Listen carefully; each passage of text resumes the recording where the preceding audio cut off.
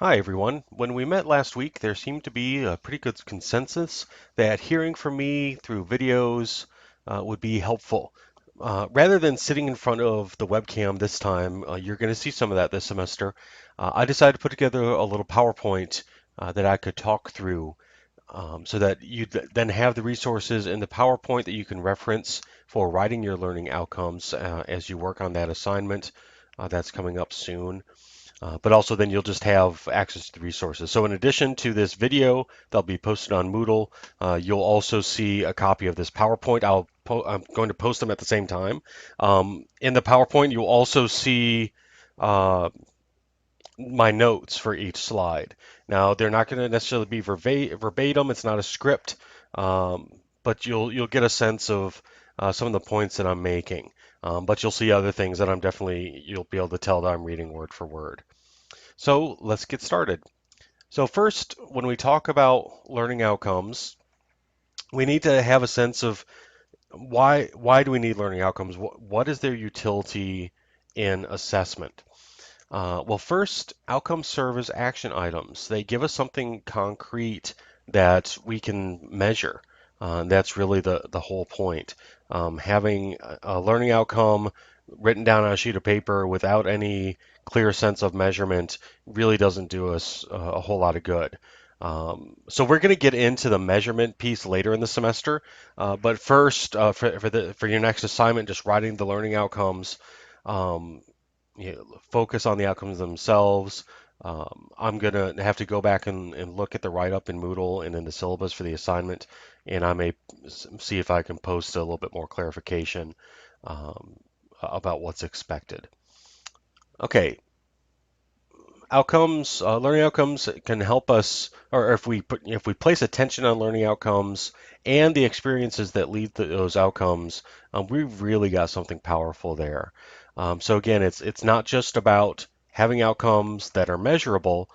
We need to actually make sure that we're placing attention on the experiences that ultimately lead to the attainment of those outcomes. Um, and it's a really important point.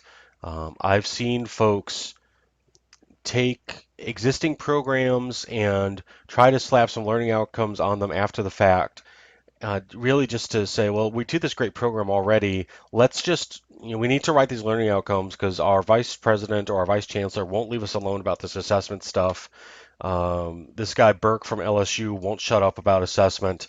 So let's just do some learning outcomes. So they write these learning outcomes, but they don't really reflect the experience. Or another way to look at it, the experience doesn't reflect the learning outcomes. So let's say that a department has this really great um, RA training. So it's a residence life department. They've got this what they think is a really great RA training program, and they love it. They've been doing it for years. They've presented on it at conferences and have gotten rave reviews. So, but then they get a new assessment person in their division who says we really need learning outcomes for anything that we do, particularly things that involve students. And your training program is a great example. You're training the resident assistants. So let's just, you should, I'm surprised you don't have learning outcomes to assess your curriculum. So they write some learning outcomes and they spend some time on crafting some really nice learning outcomes. But then when it comes time to measure, what they realize, or maybe what's pointed out to them, is that the learning outcomes really are not in line with the experience, or vice versa. And so they've got a bit of a dilemma. Um, they start to realize that it's the outcomes are really what they value. They reflect their values as an organization. They reflect what they want the resident assistants to get out of that experience. And so then they have a choice to make.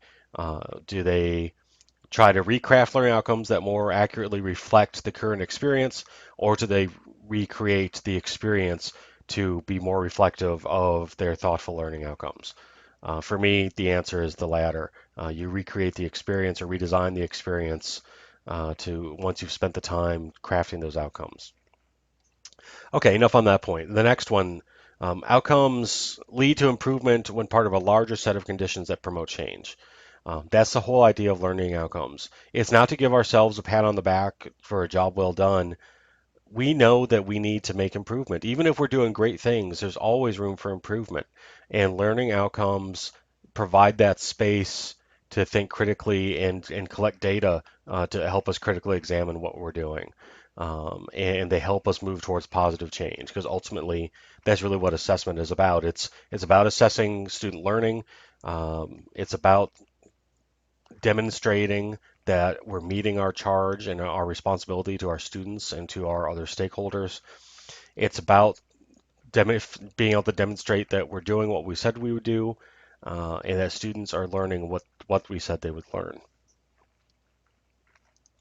Okay, so we've got an overview of why learning outcomes are important. Um, we've got a bunch of readings about why learning outcomes are important. Now let's get into some of the details of writing learning outcomes. There are two primary approaches to learning outcomes that I'm going to talk about. There are formulaic approaches and there are organic approaches. I'm going to talk first, even though they're in a different order on this slide. I'm going to talk first about organic through a little story. When I worked as a professional hall director at the University of South Carolina, we got a new director of the department either in 2000 or 2001. I don't remember the year at the moment. Um, but every summer we had professional and graduate student staff training separately, and then we came together. So the pro staff were in training, and then the grad assistants would arrive. And as our new director, his name was Tim, as he was talking to us throughout both trainings, he kept using this phrase about helping students learn and grow. And particularly anytime he would mention student development theory, he said, really, if you want to get down to the nitty gritty about all these theories, they're really there to help us develop an understanding of how students learn and grow through their college experiences. And I've always, ever since I was exposed to student development theory, I've always been a fan of student development theory, and that his words always resonated with me. And in fact, when I teach a student development theory class, that's a phrase that I've always used. And hopefully, for those of you who've had that class with me, I've given credit to Tim Coley when I've used that phrase. If not, then that's been my mistake. Um, and so he's used that phrase. And so he brought us all together, and he said that one of our tasks was to sit down and think about what we do to help students learn in the residence halls and help students grow in the residence halls. So really, he wanted us to write down the things that go on in the halls that help students learn and grow. Um, Seemed simple enough to me. And so we divided up into our working groups, which were our geographic areas of campus, and the intention was we'd get to work. Well, for those of us who have been paying attention to Tim, we got it. We had a sense of what we were supposed to do, and in fact, everybody who was in the room in my geographic area either had a master's degree in student affairs or was in the student affairs program at South Carolina. And so these ideas were not foreign. Everybody had had at least some exposure to student development theory at a minimum, and some folks, not me yet at that point, had been versed in some assessment practices. Well, it was a painful conversation because folks were not getting it. So we were struggling. I was trying to share my interpretation, what I thought the understanding was, but unfortunately, I seemed to be the only one in the room who got that, and we just kind of floundered for that session. So we came back together as a big group, and it turns out the other geographic areas had very similar experiences to mine.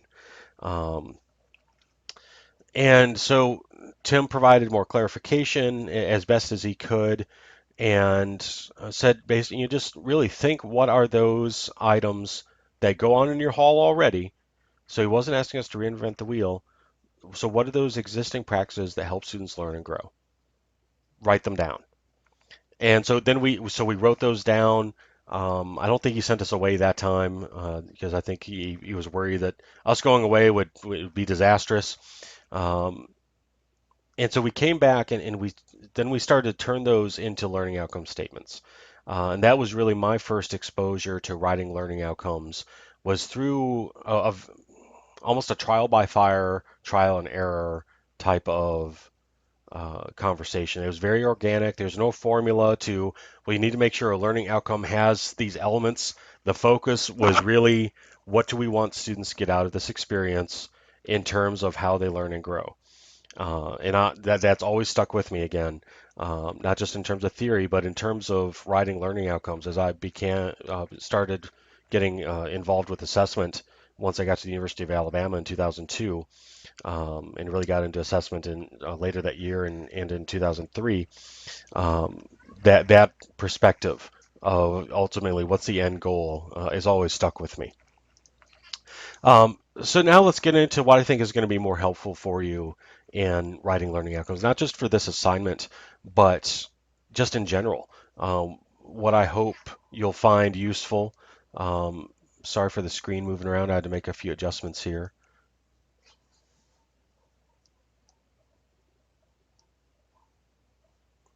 I've got a couple of approaches I think you'll find useful. If we run out of time in this video, I've got a time limit of 15 minutes. I'm just going to record another one to pick it back up and wrap up. There won't be much left. Um, I'm not going to talk through all these little numbers, but I just wanted to show that there's an order in this formula approach. It might look confusing at first just through the way it's presented, but I think it's pretty easy to follow. Um, I'm going to, again, this is going to be posted to Moodle. I want you to look through it, um, I'm going to talk through an example using that framework. So here are a couple of examples. So first, we need to understand who we're talking about, our population. So in example one, graduate assistants are our population. What's the learning experience? They're participating in an activity, which is professional development. And then you see in red, will be able to is a constant in this model. The action verb, choose an action verb. I'm going to show you a resource that I like to use for choosing action verbs for learning outcomes. Here we got demonstrate, and then we've got the degree of change, and then how we're going to demonstrate that change.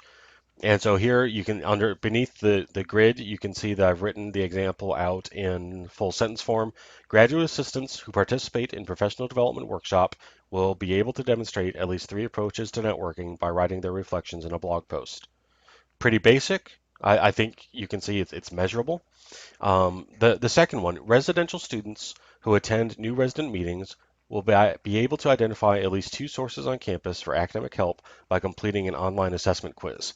Again, it's the key here is that your outcomes are specific and they're measurable. The next approach, it's very similar. This is the ABC and sometimes D, but I think that D is really important. You need to, particularly when we're talking about measurement of learning outcomes, the D is what you measure, the degree of change. Um, and so the examples provided here, you can see are very classroom based or something that can be demonstrated through courses. Some examples. And here, there's really no need to translate these into sentences because this format lends itself to a much more clearly written path. As a result of participating in the professional development workshop, graduate assistants will be able to demonstrate at least 3 approaches to networking by posting a blog entry. As a result of attending a new resident meeting, residential students will be able to identify at least 2 on-campus sources for academic help by completing an online assessment quiz. And then the third, as a result of watching this video, ELRC 7610 students will be able to create 4 learning outcomes that apply to their chosen organizational unit. Now, a source that I like when it comes to action verbs is a take on Bloom's taxonomy. Part of it's cut off on the bottom, but again, this is in the PowerPoint that I'm posting. Uh, there are 6 knowledge domains in Bloom's taxonomy, and it starts with knowledge and goes clockwise. So lowest order is knowledge, highest order is evaluation. I think that's a resource you'll find very valuable. And to wrap up, I think learning outcomes are summarized very well with SMART goals. They should be specific, measurable, attainable, results focused, and tailored. I got it in under 15 minutes. I'm not going to record anything else unless y'all post on Moodle that you'd like more detail on a particular portion, and I can put something together.